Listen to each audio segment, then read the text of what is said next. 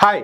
Hormuz జలసంధిని శత్రువు గుప్పిట్లోనే వదిలేసి మిత్రదేశాలను నట్టేట ముంచి యుద్ధ క్షేత్రం నుండి తప్పుకోవాలని చూస్తున్న డొనాల్డ్ ట్రంప్ నిర్ణయం ఇప్పుడు ప్రపంచ దేశాలను ఆశ్చర్యంలో ముంచెత్తుతోంది. ఫిబ్రవరి 28న ప్రారంభమైన ఆపరేషన్ ఎపిక్ ఫ్యూరీ ఇవాల్టికి 33 రోజులు పూర్తి చేసుకుంది.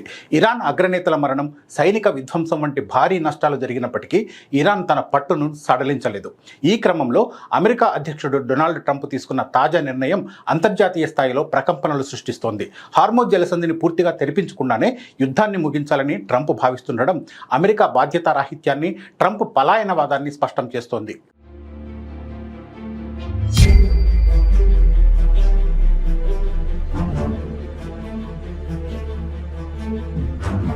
ట్రంప్ తనను తాను ఎప్పుడూ ఒక గొప్ప శాంతి కామకుడిగా చిత్రీకరించుకోవడానికి ప్రయత్నిస్తూ ఉంటారు. తాను ఇప్పటి వరకు 7 యుద్ధాలను ఆపానని, తనకు నోబెల్ శాంతి బహుమతి ఇవ్వాలని డిమాండ్ చేయడం ఆయన శైలి.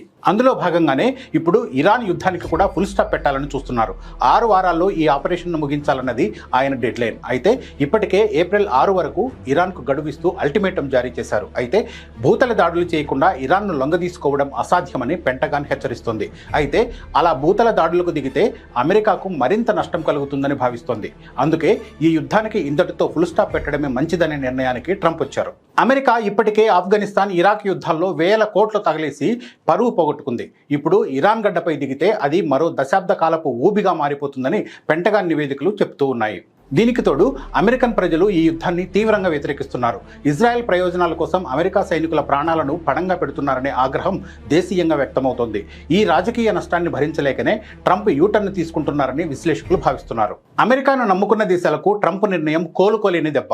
2023 ఒప్పందం తర్వాత సౌదీ అరేబియా, యుఏఈలు ఇరాన్తో సంబంధాలను మెరుగుపరుచుకున్నాయి. కానీ ప్రస్తుత యుద్ధం ఆ సంబంధాలను చిన్నాభిన్నం చేసింది. ఇప్పుడు అమెరికా యుద్ధాన్ని సగంలోనే ఆపి వెనక్కి తగ్గితే ఇరాన్ తన పగను గల్ఫ్ దేశాలపై తీర్చుకుంటుందని సౌదీ, యుఏఈలు వణికిపోతున్నాయి. రహస్య చర్చల్లో ఈ దేశాలు ట్రంప్పై ఒత్తిడి తెస్తున్నప్పటికీ అమెరికా ఫస్ట్ అనే నినాదంతో ట్రంప్ వారి మొరను ఆలకించడం లేదు. దుబాయ్, దోహా వంటి పర్యాటక ప్రాంతాలు ఇప్పటికే యుద్ధ ప్రభావంతో వెలవెలబోతున్నాయి. కనెక్టివిటీ ద్వారా ఆర్థిక అభివృద్ధి సాధించాలనుకున్న అరబ్ దేశాల కలలు అమెరికా పలాయనవాదం వల్ల కల్లోలంలో పడ్డాయి. మిత్ర దేశాలను మధ్యలోనే వదిలేసి వెళ్లిపోవడం అమెరికా విశ్వసనీయతను ప్రశ్నార్థకం చేస్తోంది. ఈ నెల రోజుల్లోనే అమెరికా సుమారు $800 మిలియన్ విలువైన సైనిక ఆస్తులను కోల్పోయింది. 15 మంది అమెరికా సైనికులు ప్రాణాలు కోల్పోగా వందలాది మంది గాయపడ్డారు. యుద్ధ విమానాలు, రక్షణ వ్యవస్థలు నేలకూలాయి. ఈ నష్టాన్ని భరించడం కంటే యుద్ధం ఆపేయడమే మేలని ట్రంప్ లెక్కలు వేస్తున్నారు.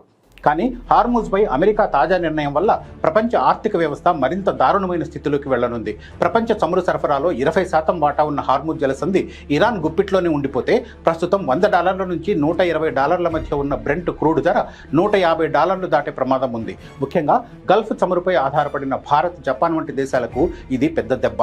ద్రవ్యోల్బణం ఆకాశాన్ని తాకుతుంది. చైనా ఇప్పటికే ఇరాన్ నుంచి చమురు కొనుగోలుకు యువాన్ మార్గాన్ని ఎంచుకొని సేఫ్ జోన్లో ఉంది. అమెరికా వెనక్కి తగ్గడం చైనాకు హిందూ మహాసముద్రం, గల్ఫ్ ప్రాంతంలో మరింత పట్టునిస్తుంది. హార్మూజ్ జలసంధిపై ఇరాన్ పట్టు బిగిస్తే అది ప్రపంచ ఇంధన సరఫరాపై వీటో పవర్ పొందినట్లవుతుంది. ఇరాన్ తన చమురు అమ్మకాలకు చైనీస్ యువాన్ను ప్రామాణికంగా మార్చడం, అంతర్జాతీయ వాణిజ్యంలో అమెరికా డాలర్ ఆధిపత్యానికి చరమగీతం పాడవచ్చు.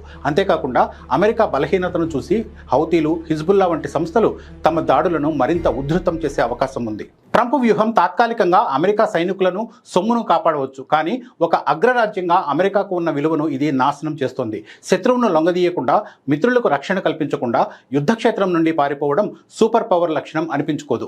హార్మూజ్ వంటి కీలక జలమార్గాన్ని శత్రువు చేతిలో వదిలేసి రావడం వల్ల రాబోయే రోజుల్లో ప్రపంచం మరింత అనిశ్చితిలోకి, యుద్ధ మేఘాల్లోకి వెళ్లడం ఖాయం. ట్రంప్ తీసుకుంటున్న ఈ యూటర్న్ శాంతి కోసం కాదు, బాధ్యతల నుంచి తప్పించుకోవడానికి చేస్తున్న పలాయనవాదం అనేది నగ్న సత్యం.